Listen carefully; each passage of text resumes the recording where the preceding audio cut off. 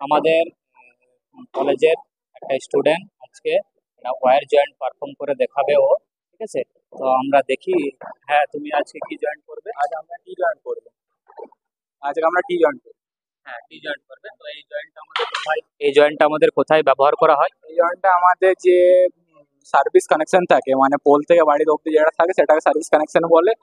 সেটাকে ট্যাপিং করার জন্য, ডিস্ট্রিবিউশন লাইনটাকে ট্যাপিং করার জন্য এই টি জয়েন্টটা ব্যবহার করা হয়।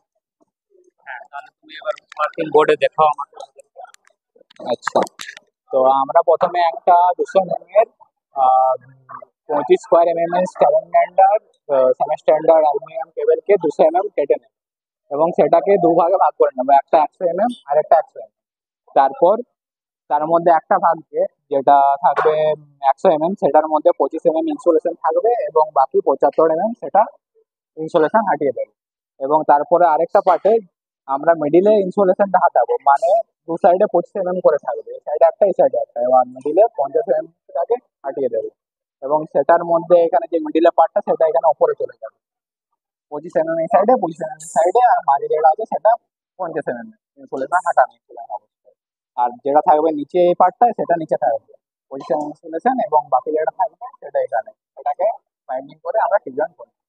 চলুন, চলুন আপনাকে ওয়ার্ক প্লেসে দেখাচ্ছি। হ্যাঁ কিশোর, তাহলে শুরু করো। আচ্ছা, এই জবটা পারফর্ম করতে তোমার কি কি টুলস বা ইকুইপমেন্টস লাগবে আর কি কি লাগবে সেগুলো একবার করে আমাদেরকে সব বলে দাও। আমাদের যেরকম সর্বপ্রথম লাগবে ওয়্যার কেবেল, সেটা হচ্ছে 35 স্কোয়ার mm এর সেভেন স্ট্যান্ডার্ড অ্যালুমিনিয়াম কেবেল, এটা লাগবে। তারপর সেটাকে মাপিং মানে মেজারিং করার জন্য একটা লাগবে স্টিল রড। তারপর সেটাকে কাটিং করার জন্য লাগবে এই দুটো, যেটা একটা হলো ডায়াগোনাল কাটিং প্লায়ার আর একটা হলো ইলেকট্রিশিয়ান নাইফ। আর সেটাকে ফাসানোর জন্য বা সেটাকে হোল্ডিং এর জন্য যেটা লাগবে সেটা হলো ভাইস, বেঞ্চ ভাইস। এবং সেটিকে স্ট্রেট করার জন্য লাগবে ম্যালেট, এবং লাস্ট অব্দি আরেকটা কাটিং এর জন্য লাগবে হ্যাকসো। স্যার, আমি তাহলে আমার প্রসেস শুরু করছি। এটাকে আমরা প্রথমে কেবলটাকে বেঞ্চ ভাইসে ফাটাবো। বেঞ্চ ভাইসে ফাটানোর পর আমরা মেজারমেন্ট করব। আমরা মার্কিং এর জন্য মার্কার পেন ইউজ করে নেব। এটা আমার হয়ে গেল 200 mm। এবার এটাকে আমরা কাটিং করব। আমরা কাটিং এর জন্য কাটার ইউজ করব, হ্যাকসো কাটার।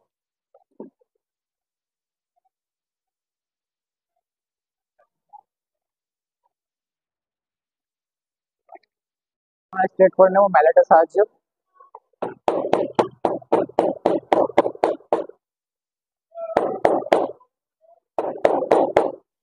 এবার এটা স্ট্রেট হয়ে গেছে। এটা টোটাল আছে 200 mm। এটাকে আমরা দুভাগে ভাগ করে নেবো 100 mm করে করে। এবার এটাকে আমরা আবার মেজারিং করব। এখানে হচ্ছে আমাদের 100 mm। এটাকে আবার বেঞ্চ ভাইসে হোল্ড করে আগের মতো কেটে নেব। এবার আমরা কাটা স্টার্ট করছি।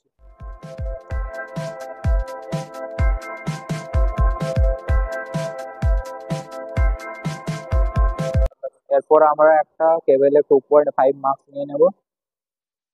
তারপর যে বাকিটা রইলো সেটা এক সাইড ধারগুলো 2.5 নিয়ে নেবো, এটা 2.5 এবং এর ধারে 2.5, মিডিলটা হয়ে গেল 50 mm। এবার এটার ইনসুলেশন আমরা রিমুভ করে দেবো।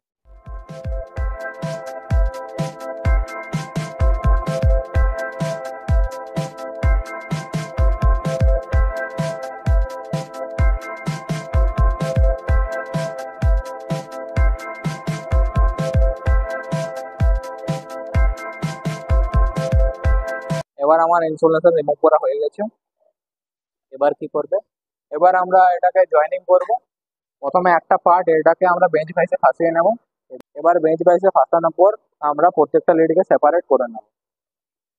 এই তিনটা তিনটা করে ভাগ করে নেব দু সাইডে, এই সাইডে তিনটা, এই সাইডে তিনটা করে ভাগ করে নেবো, এবং একটা যে লিডটা এক্সট্রা রইলো সেটা আমরা নিচের দিকে রেখে দেবো। এরপর মিডিলে ইনসুলেশন ছাড়ানো কেবলটা নিয়ে আমরা এখানে মিডিলে রেখে এই সাইডে তিনটা লিডকে আমরা অ্যান্টি ক্লকওয়াইজ এবং এই সাইডে তিনটা লিডকে আমরা ক্লকওয়াইজ মুড়িয়ে নেব।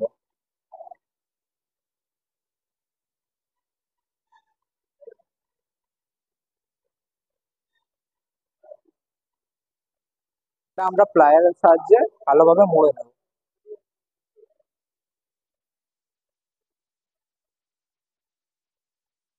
এরপর আমাদের এটা মোড়া হয়ে গেছে। এরপর নিচে যে লিডটা বার হয়ে আছে ওটাকে আমরা রাউন্ড ওয়াইজ মুড়ে দেবো। এরপর আমাদের এটা মোড়া হয়ে গেছে। এরপর আমরা এটাকে ম্যানেটের সাহায্যে স্ট্রেট করে নেব।